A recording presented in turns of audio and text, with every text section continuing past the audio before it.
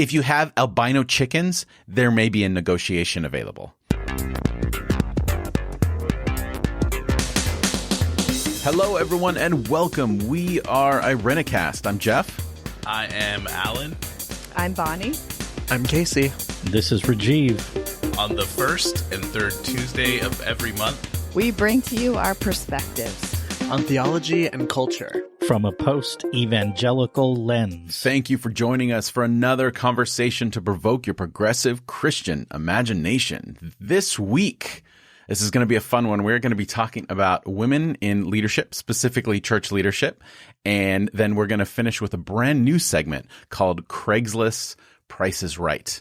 So, Bonnie, you've kind of come up with the guiding light for this particular conversation. Some would argue the show, Casey.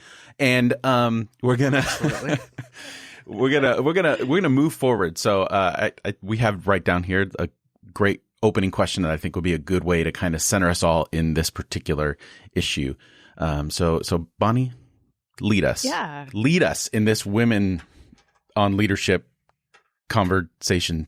Go ahead. I'm done. Okay. Yeah. Thanks, Jeff.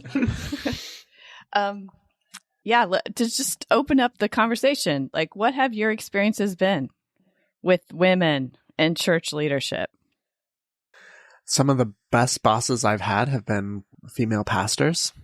I'll just start there, right? They are more collaborative. One of the things that I noticed going from having a male boss to a female boss was when we would do events, we would all be there together until the end cleaning. When she was there. But when it was the male boss, my male superior, he was always out of there right after. That was profound. Just, within a 6-month time period, seeing that transition was like, this makes more sense to me, quite frankly. Yeah. Collaborative and helpful and willing to work. We weren't there to stroke people's egos. That's been my experience.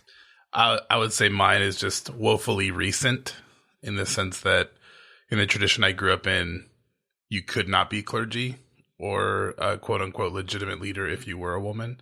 And in the last 5 years or so, I've got the pleasure of learning from profound and wonderful leaders in the church who are women. But in my kind of context growing up, there was this understanding that, like, you kind of did the seen and not heard thing in church. Like, I have a vivid memory of seeing a woman being baptized, and you're supposed to give your testimony in kind of the non-denominational Baptist background I came from. You're supposed to, like, tell your big salvation story, or if it's a small one, that's fine too, or whatever. And she wrote out this really compelling one, her life story, but had someone else read it because she didn't want to speak in front of the church, even though she was eloquent, just because she didn't want to, like, transgress whatever boundaries. And I also knew as, like, a youth group kid that if a woman ever stood up to speak at, like, a camp or something, we were supposed to walk out. That's how ingrained in us knowing our place. Like, yeah. So there and you know what? There's a lot of pain in that. I had friends. I don't want to start the episode just on that, but honestly, when we talk about this, that's all I have. Like, that's what I have in my soul and psyche. By far the most intelligent people in my graduating class were these handful of women in high school. But, like, they talk to the youth pastor and they're like, hey, I don't get this thing about women in leadership. Like, what about women disqualifies them from doing this good work that you're talking about? And the answer they were given was, just be thankful you don't have to. Be thankful you don't have to lead.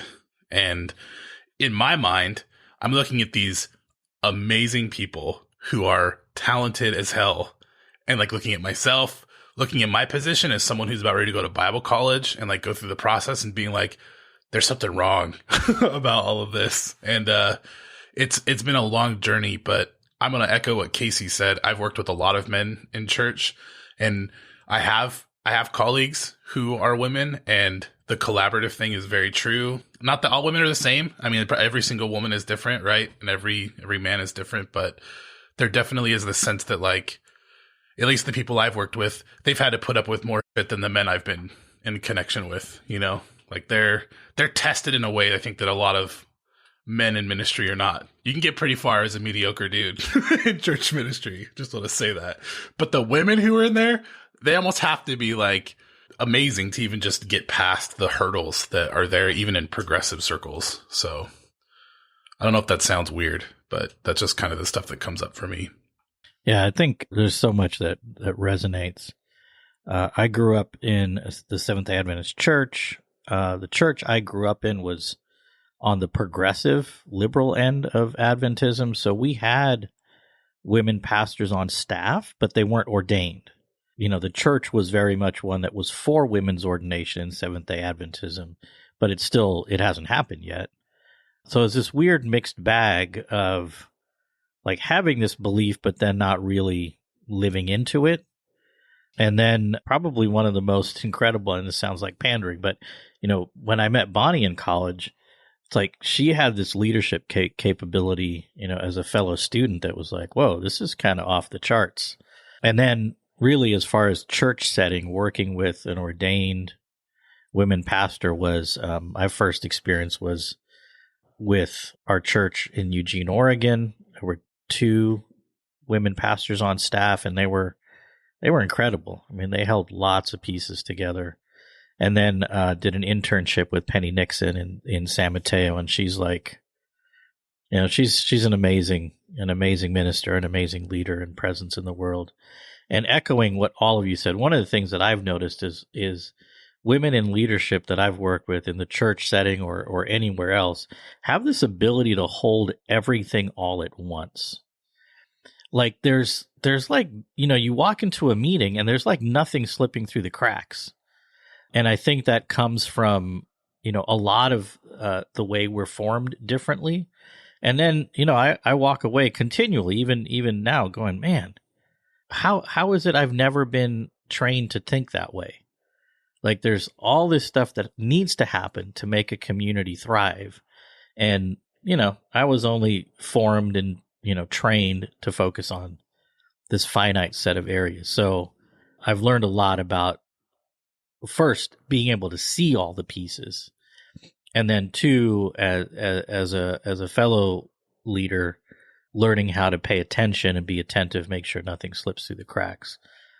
Yeah, I think we're lucky to be in progressive communities that lift up and truly honor women in leadership, but there's still a lot to learn.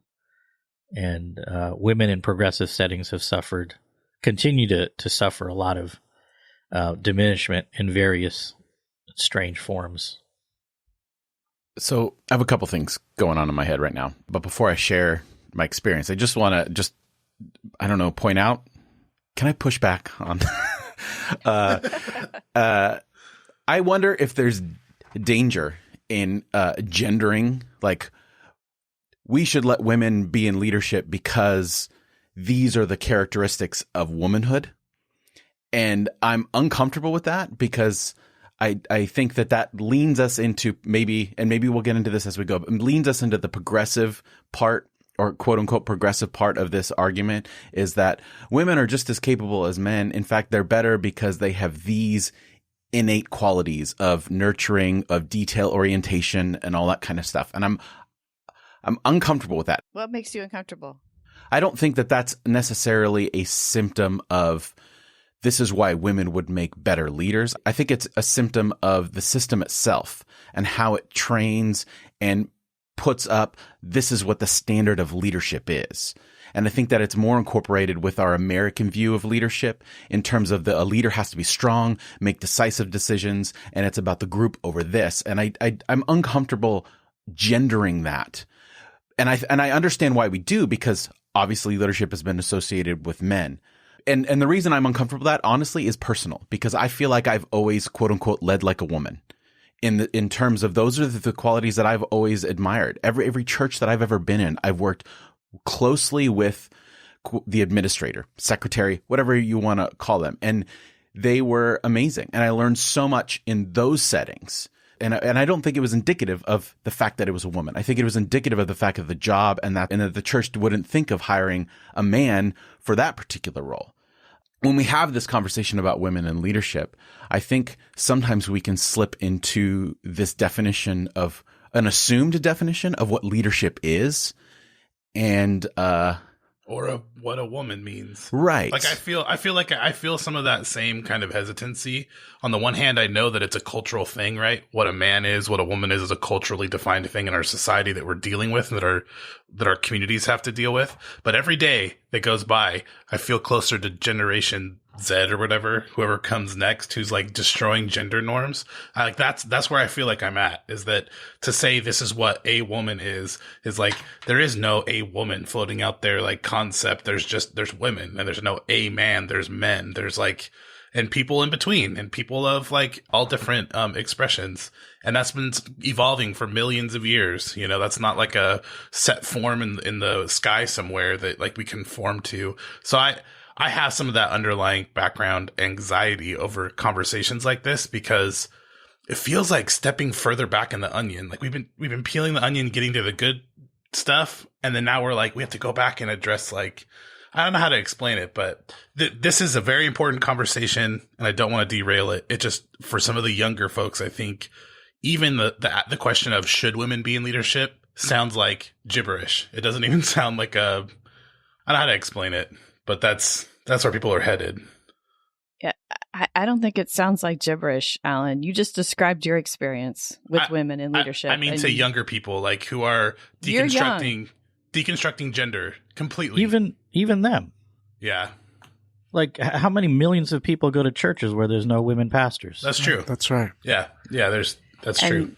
And we've talked about recent conversations in the larger Christian landscape that's very anti-woman and anti-woman leadership. Yeah. But I'd love to hear more from you, Jeff. Like, first of all, like, thank you for thinking of your leadership style in relationship to maybe women's leadership styles. And I'm curious, like, how was your model of leadership received? Negatively. Okay. Yeah. Without a doubt. Like, for instance, there was an interaction in our office where the administrator, who I was very close with and we worked well together, said something about, what about this, and then the male in charge said, "Oh, I didn't think about that. I'm not a woman."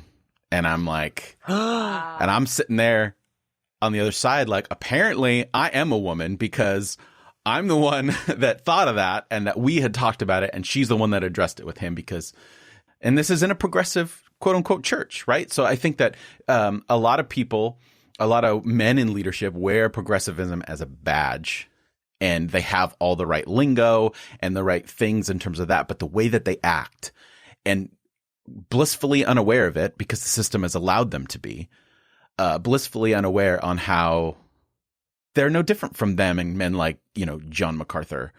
And I've always been the one like details. Like every position that I've been in a church, I have had, with the exception of one, I've had conflict with the senior pastor because I can't shut up. And I'm looking at, like, they're looking at these immediate little things and expecting people to fawn over their leadership and the success of an event. And I'm always there like, yeah, but it could have been better. Or we're not looking at the bigger picture here. And, people don't think about that. We're not going to worry about that. And it's been a frustrating existence being in that place. Because I was never in a place of authority to where whatever I was saying mattered, because I was just a youth pastor, or I was just young, or I was whatever. And I can't imagine how much more amplified that is for someone who was a woman or a person of color in that situation, that would feel that same way, outside of even that situation. And I'm saying it was frustrating for me, and I acknowledge that it's probably a million times more frustrating for so many other people, which gives me empathy for that position, because it's frustrating to be in, and it's frustrating for me. Like, sometimes I wish I could just shut it off. Like, I don't want to worry about that. Or sometimes I wish I could just keep your mouth shut. Don't say anything. But as you all know, who have worked with me for the past year and a half or so, I can't keep my mouth shut. If I don't like something, I'm going to argue it, and not argue it necessarily, or sometimes argue it, but like make sure that I'm understood in terms of like, here's the bigger picture. We need to think not just now, but over there. And it's been a frustrating existence in church settings. Yeah. I think, in terms of my experience with women in leadership, I didn't see any. And the ones that I did see were patronized so significantly, like I felt sorry for them. And so ever thinking about aspiring to leadership in a church just felt impossible. It felt impossible as a girl and as a young woman growing up. Can I ask what made it feel possible? Because you are now, right? Like you're the main person in charge. So what was that? How would that transition get you there? Oh, on so many levels. Not enough. Just kidding. I think it was leaving. It was leaving and finding women who were in charge and were doing well and were demonstrating different models of leadership. And I hear what you're all saying about like gender-izing these models of leadership are not necessarily helpful because they flow between genders. But the more folks that get to lead, the standard of what leadership looks like gets to change. And then it just broadens what's possible in leadership. And I think that's why having this conversation specifically about women in leadership is still important. If we move too quickly through this and say we're over it, like it's behind us, we will go right back to the old models of leadership because they're so deeply ingrained in our bones. As a woman thinking about becoming a pastor, I think I was called to ministry. I've told this story a few times. I was called to ministry when I was 6, but I couldn't name it that. Instead, I had to think, well, I could be a writer. I could write about spiritual things. I could be a teacher because I was teaching in parochial schools. I could focus on spiritual things in my teaching. You could marry a pastor. That's always an option. I could marry a pastor. Yeah. Can we be honest on what that actually means, though? Like, so Rajiv talked about how women in your guys' background could be pastors, but they weren't ordained, right? And then that's just in a couple of very local progressive churches. Okay, and then Bonnie talked about seeing how the women who did become leaders were patronized, and the whole idea of being a leader but not a leader. What that translates to is all of these people doing so much work, doing all the work that like the leaders should be doing or doing it behind the scenes and like not shaping it in a way that would like give them the credit for all the work that they're doing, you know, or shaping the kind of the outcome. I like listening to hear you say that. You're like, I could be a writer. I could be a teacher. It's like, what I hear is I could do all the hard work. And then some person, because of their private parts, will get like all of the credit and all of the benefit from all of that work. It feels, Yeah, exactly, Alan. Frustrating. It's really triggering, you know, actually hearing you say that, because that's how many times that I've written stuff that have come out of a man's mouth and the man got credit for it. I can't even count. Man, I don't want to just move past what you were just saying too fast. Like the idea that leadership itself needs to change. Like we all know that. Those of us who are in this space know that the leadership that we've known and the leadership that we're seeking are two very different things. And you're saying the more people that get to be leaders, the wider of a picture that gets to be. I like that a lot. Gone are the days when, like, you know, you're dragging people behind you because you're the God figure in the wilderness, like telling people where to go, you know? Right. And, Jeff, I want to loop back to something, and this could be an issue of optics. It could be an issue of substance. I don't know. But, you know, you're a straight white male kind of on the surface co-opting a woman's experience. I'm kind of like, I don't know, that rubbed me the wrong way. Yeah, I see what you're saying.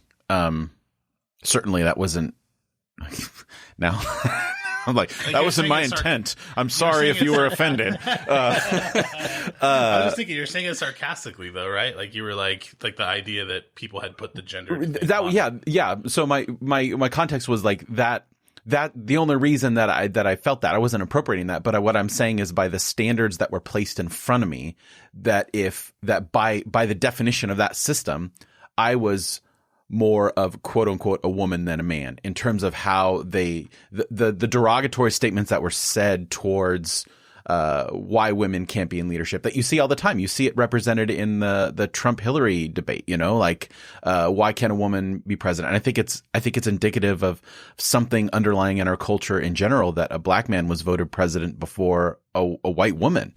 Yeah. And I hear that. I certainly don't want to come off as like, well, I understand all women because I'm, sort of one of them. That wasn't my intention, but it was just saying that the system would have defined me in that role because I didn't quote unquote lead like I was supposed to lead. I was always accused of questioning leadership and having a problem with authority. And kind of going back to the first question, I feel like I'm talking way too much on this particular episode, but going back to that first, you're talking like the normal amount. That's why you feel like it's too much. Maybe.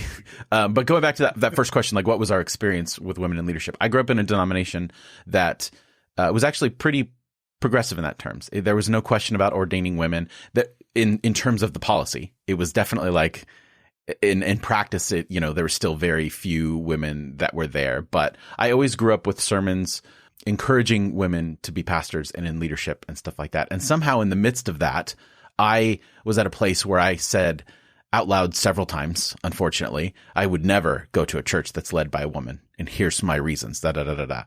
So after I graduated high school, I signed up for this summer missions trip. So it was this around the world deal. It was through some missions organization. And I didn't know anyone on the trip. I signed up, I paid my money, and then we went to the meeting place, and I met everyone for the first time. I met our team leader, and our team leader was a woman. And I remember, sarcastically giving her a hard time. Well, how we're being led by a woman, da da da. And I had frank conversations with her in terms of like what I thought about that. And fortunately, she didn't take my crap, and she engaged me because she didn't have to, and she shouldn't have.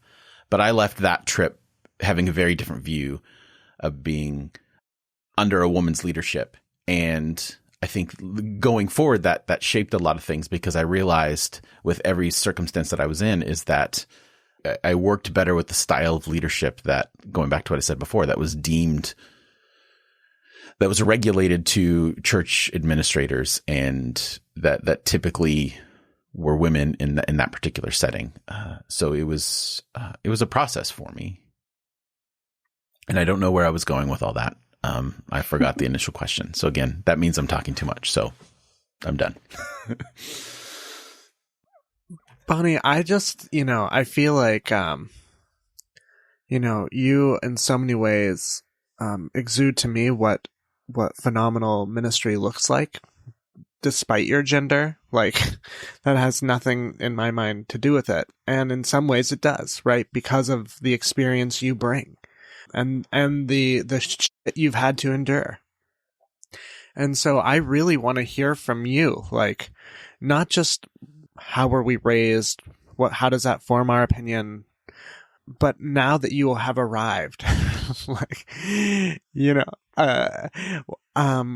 what is this experience like for you? The experience of leadership? Yeah.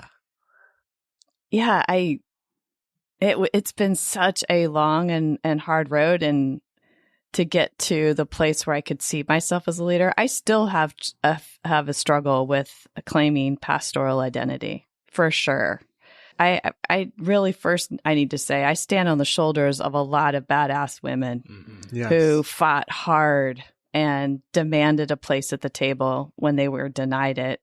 And I'm in relationship with a lot of badass women who continue this fight and it feels like an internal fight. I mentor a few women who are thinking about becoming pastors and wondering about whether or not it's a calling that they have. And they tell me that, like, how can you claim an identity that nobody else sees in you? Like, identity is formed communally. And if no one else sees you in that particular role, then how can you say, this is my role, this is my place? So there's this tension that I feel every time I get up in front of people and say things. I remember when I first started in seminary and I spoke in class or something and the whole room got quiet. This was after I had left my formative tradition, Seventh-day Adventism, and I was in a progressive Christian seminary, Pacific School of Religion. And I spoke in class and the whole room got quiet and everybody was looking at me and listening to me. And I started to have like a panic attack because that is so foreign to my experience up until that time, unless I was in a room with other women. Then we listen to each other in like a Bible teacher sort of a way or Bible study sort of a way. And then I had male friends who I was close to, but in a setting where I didn't know the people and we were talking about something theological or biblical, and I answered a question and people stopped and listened to me, it felt so weird. And so I still, I have to push through that like every time I get up in front. It's getting easier, but it's a challenge. It's a challenge. Until people can point to you and say, you are pastor worthy, it's hard to accept that for oneself. Absolutely. Yeah. I get really triggered by the like listening stuff, being worthy to be listened to. So like that's a really powerful story. Yeah, my favorite thing now, because I'm co-pastor with another woman pastor who's an amazing pastor, and I really enjoy being in relationship as two female leaders, women leaders in our church. But we have little girls who are growing up in our church, and after church, sometimes they're running around in the sanctuary, and they'll grab like a scarf or something, and they'll put it over their necks and they'll go up to, the microphones and they'll pretend like they're preaching. And that is the most beautiful and amazing thing that has happened since I became a pastor. That is beautiful. I mean, that's sort of the idea, in so many levels. Like, I remember talking to someone about like even gay marriage. Like for so many of us, we didn't grow up in a culture that we saw people similar to us. Right. We had no role models, right? And then the generation of gay men who were sort of like fighting the fight died of AIDS. Right. And so like men in their 50s really are like the largest, oldest gay men culture we have, because all of the men like above 55 were dying of AIDS, a lot of them. And so like to see what relationships look like, to see good role models, like we didn't have that. We didn't see it in society. We didn't see it in our communities. I guess what I'm saying is like you get to create what young people look to as the model. And I couldn't think of someone better, quite frankly. Like, you're very sweet, Casey. And I think it's beautiful. And I think it's beautiful that you have young people in your church who are putting scarves around their necks and are saying, I want to be like you. That is a beautiful story.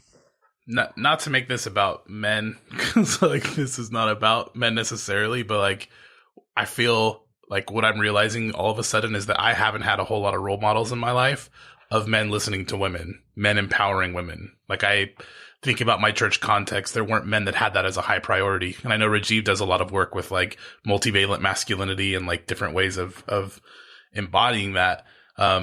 Maybe that's what we need more of for young dudes, is like seeing the men in their lives actually listening to women. Think about our society that doesn't. Like we don't believe women, we don't listen to women, we don't empower them on a society wide, not just church, but like all of us. And we need better examples of that. Can I push back for a minute, Alan? Men don't need to empower women. Women have power all by themselves. Absolutely, yes. Yeah. Sorry, that I meant the listening thing more than anything else. Like to me, I literally grew up in a church where the pastors were saying like, do not listen to women. We were like told not to. We were told to walk out of the room. How different would it have been for me and the guys I grew up with to see men who like were excited to listen to women? That would have been a different experience, and I could have envisioned being like that instead of having to try to figure it out as I went along. Yeah, we all lose. Yes.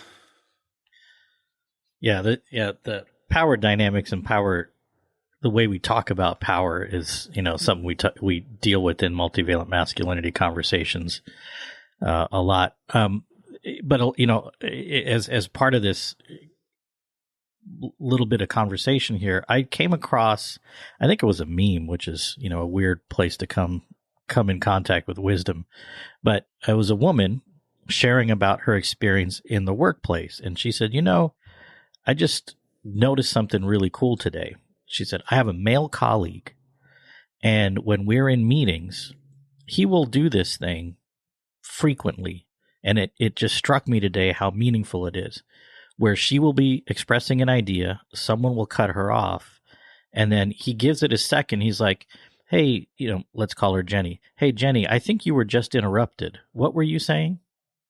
And then steps back, and she's like, that is such a great gift. So one of the things, if we're trying to, as men or allies that are trying to be supportive, that's such a great concrete thing. Hey, Jenny, you were just interrupted. What was it you were trying to say?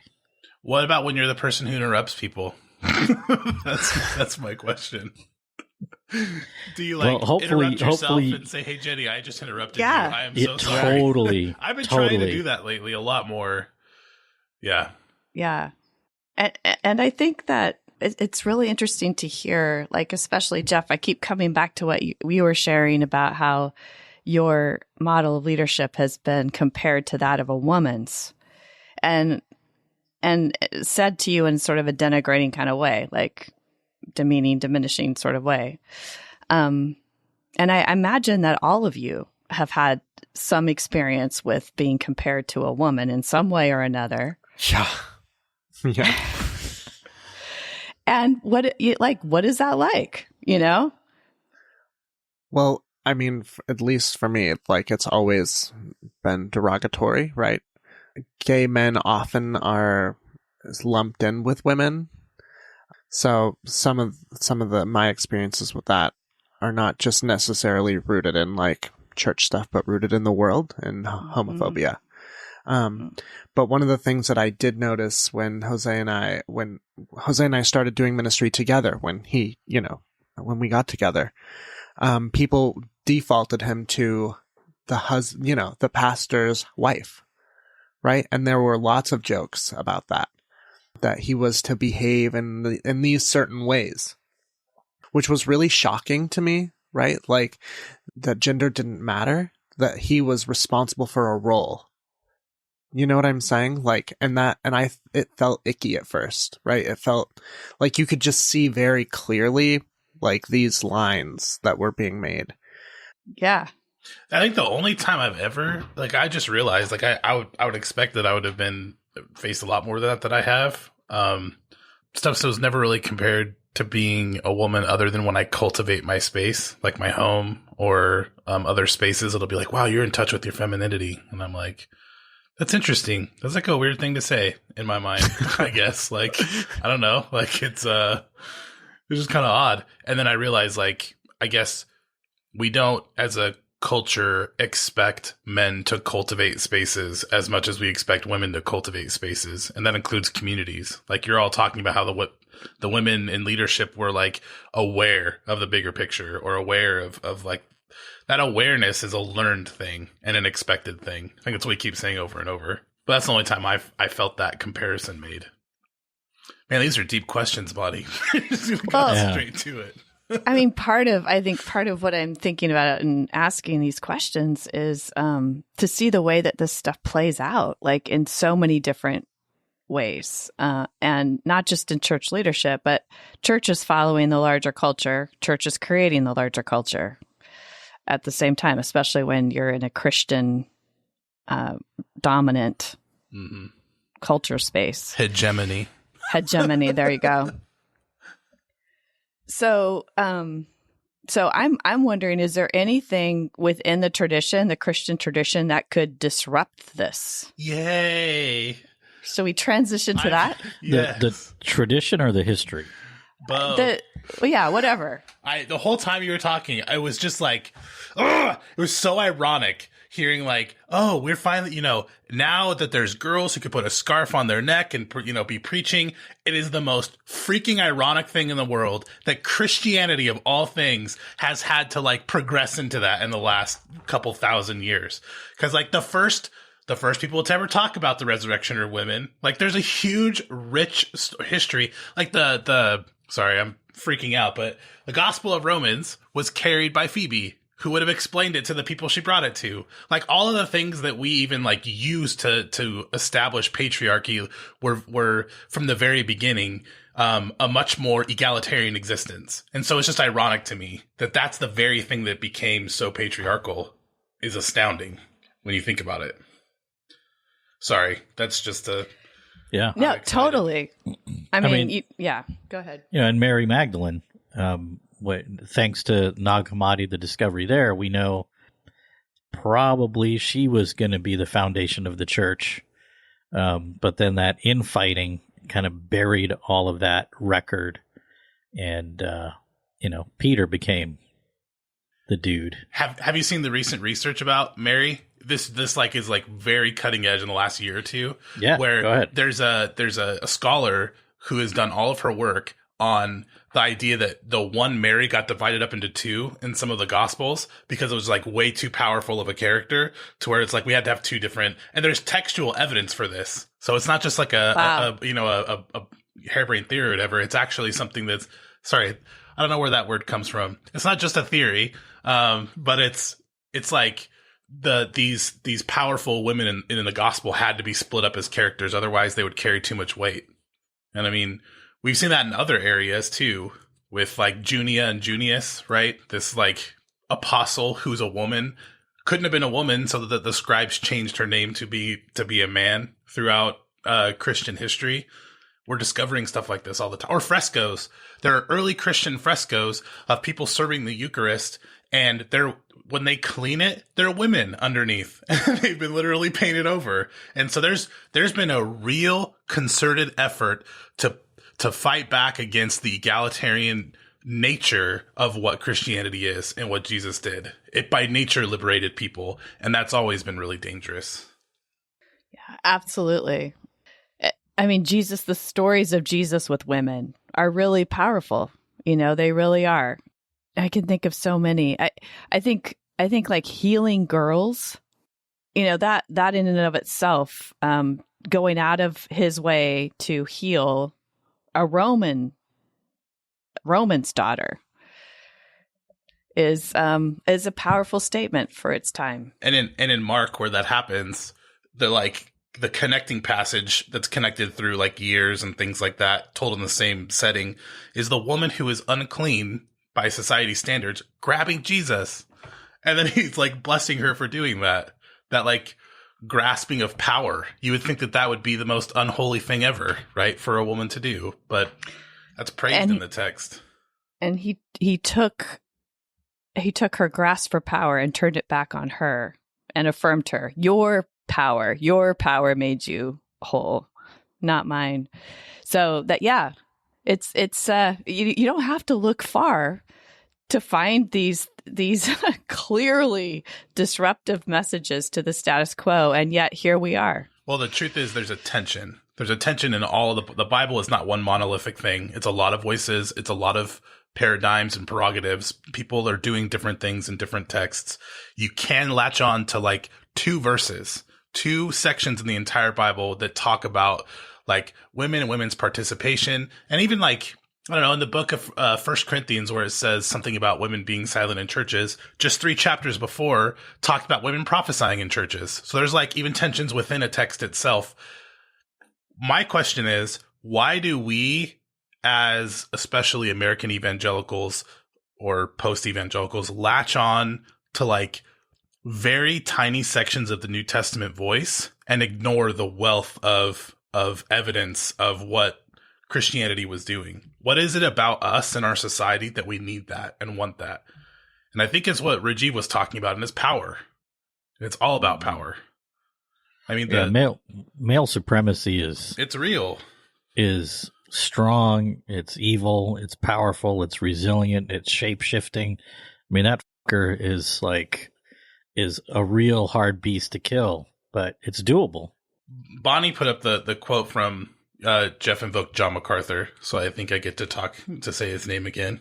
I went to school, John MacArthur school. I got a John MacArthur study Bible when I was 16. My parents handed it to me, and I was like, oh, and read his commentaries and all his books. He's so many books, very prolific man. And this whole thing about go home Beth Moore didn't surprise me at all. Like I'm so kind of done even talking about him in particular because of how much it was a big part of my life in the past. But it didn't surprise me at all. I grew up, I went to that school and we bought evangelical feminism and biblical truth and like all point by point arguments against feminism. But in that quote, when you listen, what Bonnie showed us when she quoted it, he goes on to argue and say how the primary effort of feminism is not equality, it's power. They don't want to do the hard jobs. They just want things like leadership, like senators, preachers, congressmen. Yeah, they don't want to be plumbers. Right. Yeah, this is what he's saying. And then he says the power structure in a university, they want power, not equality. And this is the highest location they can ascend to that power in the evangelical church and overturn what is quote unquote scriptural. So I think this is feminism gone to church. And this is why we can't let culture exegete the Bible. He's like, it is about power for him. And it's about power for men too. That's what they're most concerned about. And that's a fascinating thing to me. Yeah, but what the fuck is wrong with people who have been rendered powerless by the systems in existence trying to gain some power in order to be represented, in order to reshape how things work? I don't even understand why that's a problem for him. Should we read this quote? If we're going to bring it up, we should read it. Sure. I don't want to be the one to read it, though. It shouldn't be on my lips. You pretty much just did. You pretty much just did. You pretty much just quoted it. Lord, forgive me. But yeah, it's like John MacArthur's such an itch. We should just scratch him and move on. Yes. Oh my God. Well, it's an interesting question. How does Christian feminism work? Like, what does Christian feminism look like? And I think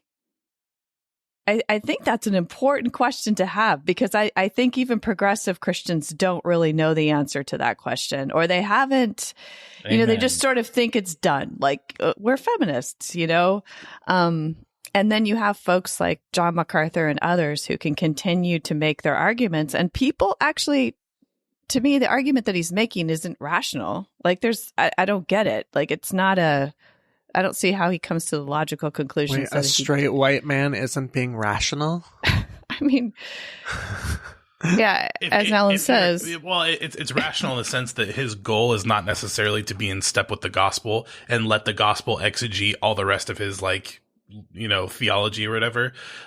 It's rational in the sense that his goal is to preserve some kind of hegemony from the 1950s. Like, that's it. It's a cultural moment that has been, how when someone is doing something and they blame everyone else that they're doing it, like the whole Trump thing where he's like accusing these people of the very things that he's actually doing. It's the same thing with that movement. They think that they're not being cultural, but the truth is they're just trying really freaking hard to preserve a very specific American evangelical. But I don't read this statement as rational. I read it as emotional and fear-inducing, right? That was the joke that I was trying to make, was that the constant argument is, women are irrational or too emotional for this kind of work. Therefore, right? Everything I read from these people, everything that's happening on our national stage is emotional and reactionary and fear-based. It's all over the top. I think for me, the thing that as we're talking about this, I want to go back to is this idea of we have moved away. I mean, the Reformation permitted us the ability to read scripture for ourselves, right? That was the big push. Read scripture for yourself. And we have done an awful job of interpreting it and taking these texts seriously in a way that I think holds worth and value still, because we're walking away from seeing them as stories. But I want to move away from this idea of the Reformation to a sense of liberation. Like, that's what you're inviting us into, Bonnie. Like, this idea, like, as we're talking about feminist theology, this woman reaching for her power and Jesus affirming the power that she had within her, right? Like we should be moving towards, as progressive Christians, this sense of liberation for all people, like to believe them when they talk, believe their experience, believe their pain, affirm the gift that they are to the world. That's where we should be moving. And I think that when we are talking about women in ministry, they model for us in so many ways the direction the church should be going, I think. Did I just rant forever? No. I'm sorry. That was great. Correct me if I'm wrong. There's probably a lot of good working definitions of feminism, but like what it seems to me functionally is like the dismantle of this, at least this iteration is the dismantle of the systems which are oppressing people, especially women in society. And like, that's what scares people, right? The whole goal of feminism is equality. That's really what that is. It's a shared life. It's not this, it's not the boogeyman that they made it out. But the problem is when the status quo is so much bent on an unequal kind of existence, that to go for equality feels like the scary, boogeyman feminism is going to come to usurp all of our power or whatever. And I don't know. You were asked about Christian feminism, and there are people who are uncomfortable with that, write huge books that are uncomfortable with that, and get converts who are basically like rooting that out in their churches. Because there are great feminist literatures out there that are, dangerous to their systems. I've heard it put really simply this way that makes sense. Feminism is the radical notion that women are people too. Right. And the pushback, the reason why they don't want feminists or whatever women to have equity is because they are afraid that when I say they, I mean men, are afraid that they will be treated the way that they have treated women forever. That's where the fear is if we allow them to have, access and power like we do, maybe they'll treat us as poorly as we've treated them. Or at the very least, you're not going to benefit all of this uncredited labor. That's seriously how it looks like to me. You think about the joke about the Area 51. Everybody shows up, all the millennials are dressed all cool, and then it ends up being one 60-year-old woman who actually does all the work and crosses the line and goes into Area 51. Every church ever is like that. All the real leadership and work is done by women who will not get credit, and that's a system that really benefits men in an economical way too. Yeah, for sure. And I mean, Christian feminism, the whole project of Christianity, isn't it equality? Isn't it more and more room at the table for everyone? A widening circle. Isn't that part of what Jesus was trying to do? Using his own tradition of Judaism as the foundation for that. So, Christian feminism, to me, that just seems like those two things fit together quite brilliantly and should actually be a force in the broader culture against male supremacy, against patriarchy. So we talked about some of the things that men can do as allies to women, and I want to. I know, Rajiv, earlier you pushed back against Jeff about co-opting women's experience, and I just want to say that, Jeff, when I heard you speak, I felt kinship.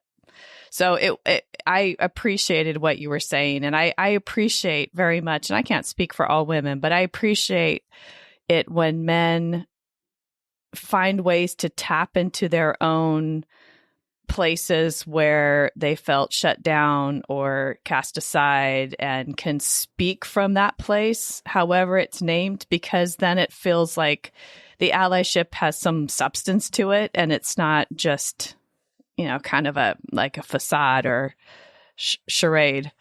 So I appreciated that, and I see all of you as incredible allies as we continue to work towards a more equal place in church and in the broader culture.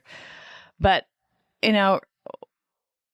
what are ways you imagine that you can step into helping to move us along? What are some unique ways that men can do that?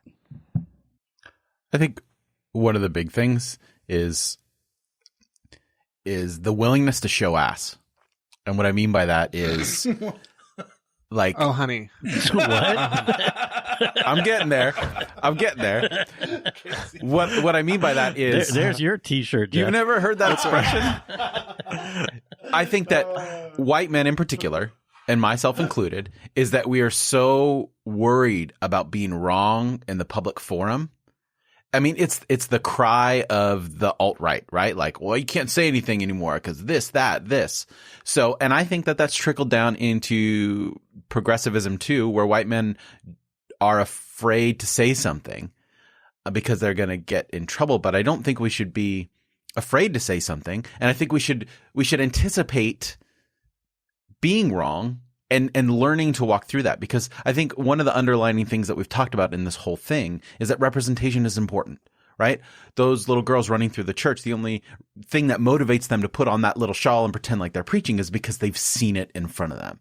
Representation is important. And if we're going to talk about men being allies, by getting out there and having the right things to say and using our platform to give other voice, all we're doing is perpetuating the thing that we're trying to get a move from, because we're putting ourselves up as experts. We're putting ourselves up as whatever. And as awkward, honestly, as it was when Rajiv said, man, you really, curated a woman. My first instinct, honestly, is, I got to make sure to cut that out. But no, I can't cut that out. Like, I can't cut places out on a platform that we have where I'm going to be wrong, where I'm going to expose that, I don't have the mark, and then ability to be corrected in a forum like that and really say, all right, I hear that, and back away from that ability or that desire to provide context to justify ourselves and just be like, yeah, okay, I get it. I'm listening. I'm trying. And deconstruct our places of power and deconstruct our platforms as opposed to strengthening them by being a new expert and just perpetuating the same thing. To fill out the progressive Christian bingo card, I want to piggyback on that. And you should add show ass to the progressive Christian. Show ass. I have so many comments about that, but I am trying so hard to behave. I think that's a way more prescient point than people realize, especially for our listeners. I know a lot of listeners who are in spaces, single spaces, closed groups, different areas where men will make missteps, not even just missteps. They'll say something very misogynistic, and people around them, especially women, have had to have these conversations, are far more informed than them because they've done the hard work of studying and thinking and talking and learning and changing. Whereas a lot of men enter the conversation as educational infants almost in this area. And so there's a real fear that when they step in there, they're how people get offended, the whole, you think you're better than me, you think you know more than me. There's that whole culture out there that just because you're educated doesn't mean that I don't have a voice too, that I know what I'm talking about. And you have to overcome so much momentum, cultural momentum, to be able to just be yeah, I don't know a whole lot. And when people respond and educate me, I shouldn't be offended by that. That's asking a lot of almost anyone in our culture, but especially men. And so learning to be in spaces where you are teachable, or you at least know out loud that you don't know everything and that you're willing to be corrected, is a countercultural needed kind of thing. Just listening is really important, seeking information from people. So I've, done a lot of Googling and reading and et cetera, et cetera.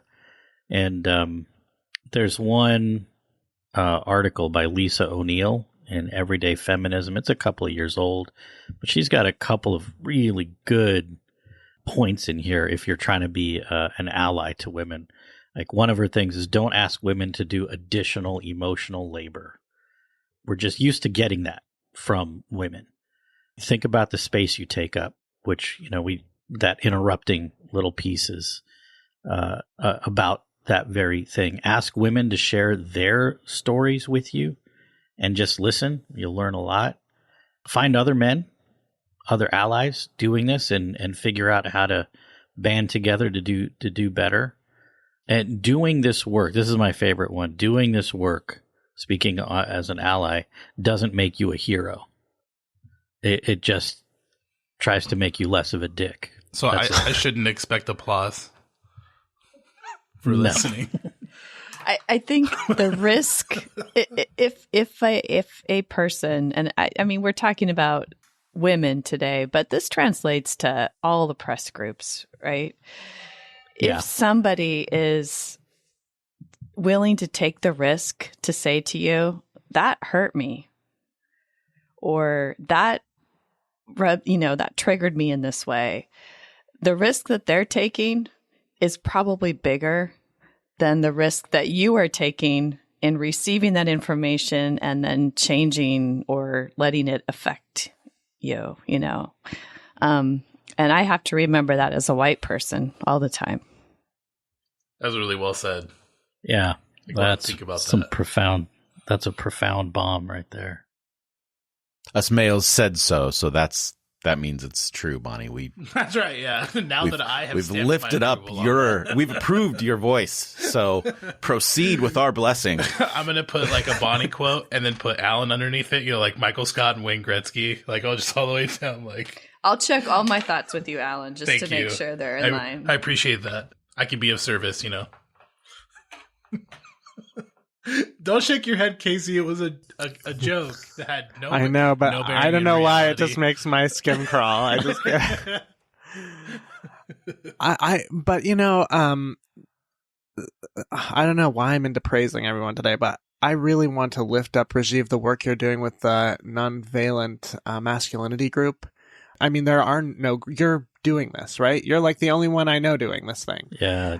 So there's not a lot of other people doing the great work you're doing.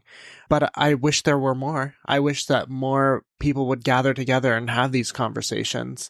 And I think that you could really show the world what it means to be an ally, and how rich and deep that work is. Because it's healing work, right? It's healing work on both ends. So I'm always impressed with you, but I'm really grateful for the work you're doing around that. Thanks, Casey. Thank you. And I want to lift up you, Casey, because I don't think we talk about this enough. Your work with young people who refuse to be defined by particular genders at all, kids who are non-conforming, non-binary, and who are really the ones who are leading us into whatever is next that we can't even see right now. You are leading them. And that is always amazing to me. And I get to every now and then be alongside Casey as he's doing his work. And it's so powerful, so powerful. So your voice in this conversation is really important because you are connected to the voices of the future in a way that's, amazing. Thanks, Bonnie. Yeah, I wondered, it might be interesting to have like a talk back with some of our queer kids about this very conversation, because I the whole time have been wondering what they would be thinking and hearing and what would stand out to them, because they don't live in the world we live in, because they're teaching me all the time about gender and how it doesn't exist, how it's not a real thing. And so, yeah, I would love to hear from some of them about this. Yeah. And they listen to the podcast, so we should challenge them. I think that would be awesome. All right. Well, let us know what you think. You can add this voice or your experience to this particular conversation by commenting at the show notes at irenicast.com/156. Also on the show notes, you'll find all the relevant links and a complete list of all the other ways to like, follow, and contact the show. That's irenicast.com/156. On the other side of the music, we're going to be playing a brand new segment called Craigslist Price is Right.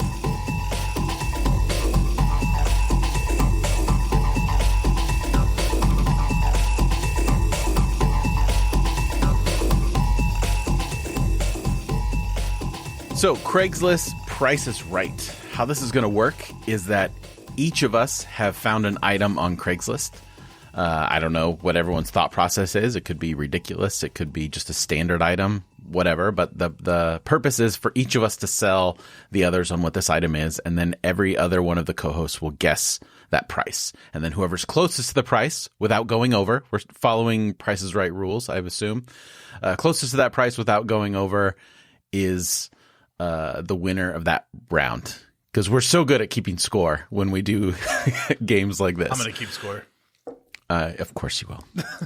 Jeff, can you just say, Alan, come on down? Can you shout it out?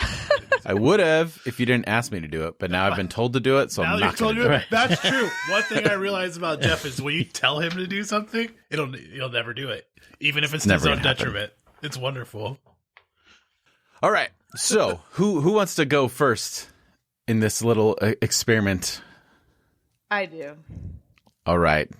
Okay, Lead us, so Bonnie. Reverend Bonnie, I- come on down. except I'm the game host, right? Oh, my bad. So all of you come on down because There we I go. have a beautiful Lady Liberty Halloween costume. All right, now this is not a cheap version, like the kind that you get at Oriental Trading Company. This one is amazing. It has full-on sequins, a Velcro back, glitter fabric, and it has never been worn. So, what do you bid for this Lady Liberty costume? It has, it's spectacular. You should see it. Well, we know it isn't free because liberty is not free. That's right.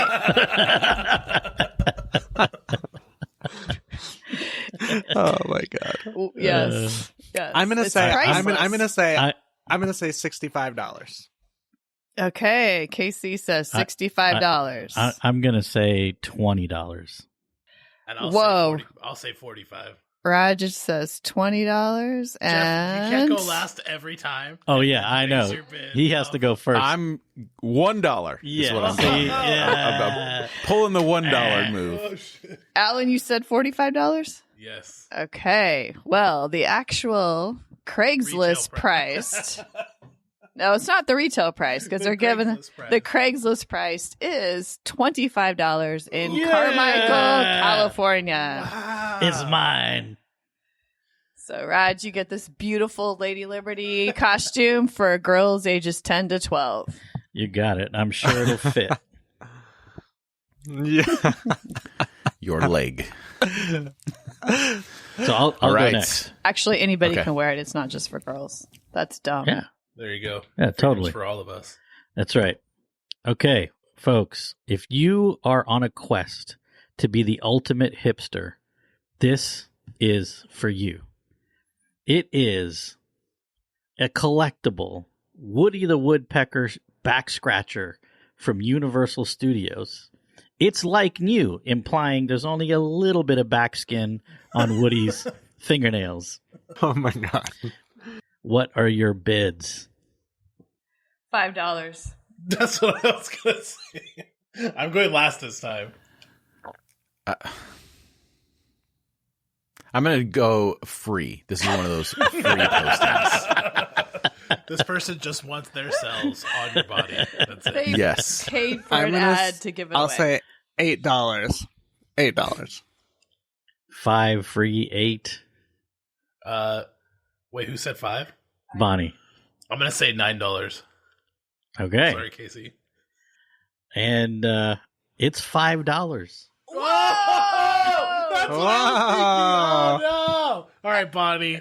There's something about me too, is that I usually get the price right. So Jeff, you may have some Dang. competition. I think it was the Right. backskin that threw everybody Backskin. off the side. So far, I'm just going to say that, you guys are in the same household, and the possibility of...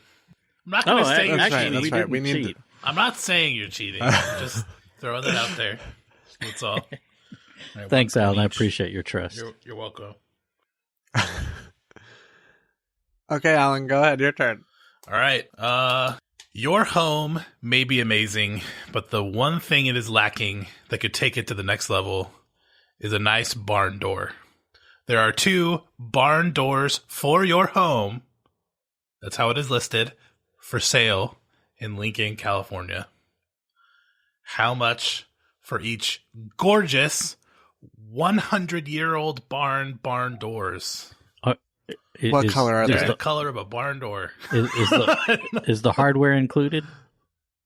It's just a barn door. It's just the doors. I don't. There's no hinges or anything. No picture. You don't see a picture. I see a picture. Picture. It looks like a barn door to me, and It looks like a barn door. That's good.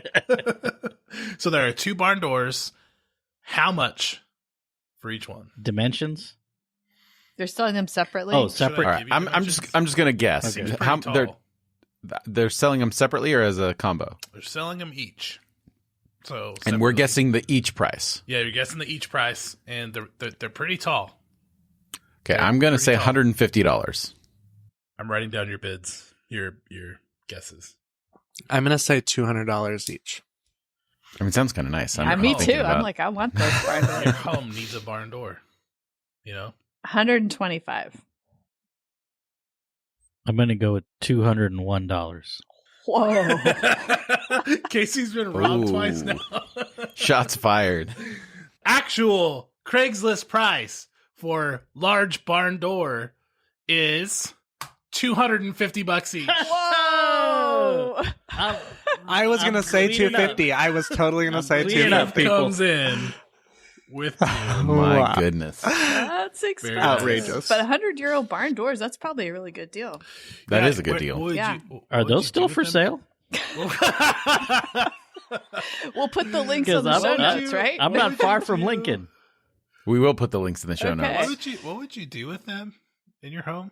No, they could even be decorative for like the shop. A couple of bare walls. Yeah. You could- Anyway, Like put Anyway. a barn door on your wall.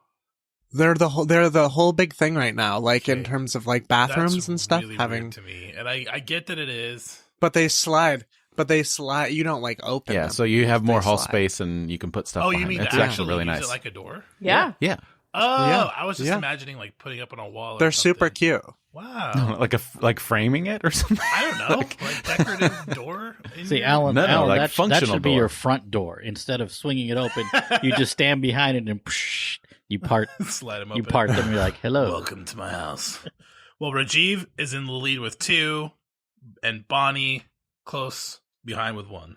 I shall answer the door in my Lady Liberty costume There you go. Sequence. I with love my it. ass showing. Oh God, help us! All right, who's next? Me. Okay. So I was going to come up with a sales pitch for this particular item. However, I think that this person does a far better job than I ever could. So I'm going to read to you the post and give you a glimpse into this wonder that is a magical horse. Hello. This is my lovely horse legacy. He has been in my family for 5 years. He truly is a wonderful creature. At night, his mane glows like the brightest of Jupiter's moons. It is what we in the horse world call magical. I give him daily protein shakes to make sure he continues to grow big and strong. I don't know when he'll stop growing. He'll probably continue until his time comes. Please be prepared to accommodate a horse the size of a small tank if you plan on keeping him for more than a month. I feed him a strict diet of cucumbers and horseradish. Some people say it's sick to feed a horse horseradish. But since, I think he meant since, but since horseradish doesn't actually have horse in it, I'm sure it's okay. So if you want a magical horse that is not a cannibal despite popular opinion, Is this a real horse? this is, I'm assuming, there's no picture. This is just, I'm assuming it's a real horse, but it is a horse of a horse, a tank of a horse. Just imagining a guy showing if you up will. in a horse costume, you know? Like, Just remember that this isn't just a horse. This horse is attached to a legacy of 5 horses. years. Yes. And that will not stop growing. it apparently will continue to grow until it dies. All right, I'm going to go $1. $1. Wow. For shame, Rajiv. This is someone's legacy, and you're throwing it away for a I'm mere saying $2.50. I'm saying Wait, $2.50. $2.50 or $250? $250. Okay, $250. Ooh. 2,000? I think that's more appropriate, considering It's a horse. I It's would a say magical horse. $199. $199. I love it. All right. You know that doesn't do anything for you. Don't tell her. That She does can't nothing change. for you. She can't change. Just- Yeah. Before I reveal wait, the price. Rajiv has to say what. No, his I said price $1. No, he said. Oh. He said No, $1. $199. Yeah, Yeah. but somebody Okay. didn't Alan say 200? 2,000. Oh, 2,000. Okay. All right, before I reveal the price, there is an alternate pricing that says if you don't want to pay this price, if you have albino chickens, there may be a negotiation available. That's right. The barter system. Dude, if I had known, I would have said 3 albino chickens. Magical chickens for So, a magical you horse. can get a Oh, magical no. horse for albino chickens if you want to. But the actual retail price of this wonderful legacy-filled magical horse is $800. I was going to say Whoa. 800. Dang it. 800. Yeah. 800. So it's like an actual horse. That means I thought you I- couldn't It sell was an actual animals. horse. I thought Yeah. you couldn't sell animals on Craigslist anymore. You can. They're all over the place. You can sell I mean, pregnant sheep. what can't you do on could sell Craigslist? pregnant Like, I mean, sheep. I own. And why have was lots that of not friends your who would listing? attest to that, Why Jeff. was that not your listing? I was going to do that. Then I thought, no, that's not nice. All right. Casey won that one with a bid of 2 something. Ooh. Ooh, nice. all right, Casey, give us your final item. This is an antique fire truck pedal car from Placerville. It is aged well. It is red. It still has its fire engine red. I would say this is probably maybe 70 years old. It has like a little bell in the front with fake headlights. It looks kind of like an old box car. Remember box cars, guys? Yeah, it looks like an old box car with pedals, and in the back it has like a fake hose that's Dang. wrapped, so you can That unwrap sounds it. awesome. It has ladders on either side. So I'm yeah. What do you think? So you the could get for paint on something it like is this? original paint, but it still looks pretty good. It's original. It's original. There's some weather. I'd say some yeah. weather issues. Yeah, but Still got I its think wheels. yeah. 175. I have to get on the scoreboard. 200. What you got, Jeff? I'm going to go with 300. Yeah. I mean, so we had 200, 300. 300. What was yours, Alan? What did I say? 175. I think I said 175. Yeah. Okay, I'm going to go with 201. You can be the proud owner of this antique fire truck pedal car for $400. Yeah. Yeah. That's Jeff for real. got it. Yep. How come everyone got a point but me? I was going to go 301, but Well, You should have. I saw you thinking about it. Yeah. dang it. Well, you all are Craigslist champions. I hope you appreciate your fame. This That was was a fun fun. one. This was a really good Yeah, one. that's a cool game. Well, that'll do it for us this week. If you're interested in any of these items, we will put them in the show notes. If you found value in the show and would like to support us, check out our page at renacast.com/support, and there you'll find all the ways you can support the show, including a PayPal link, Amazon, and check out our new merch. And don't forget to subscribe to the show, never missing an episode. We're available on all major podcasting platforms. And while you're there, if the platform allows it, leave us a rating and or review. We're always looking for more and more ways to hear from you. Show us some love. Yes. Show us some love. So for this week, I'm Jeff. I'm Alan. I'm Bonnie. I'm Casey. This is Rajiv. Thanks for joining the conversation.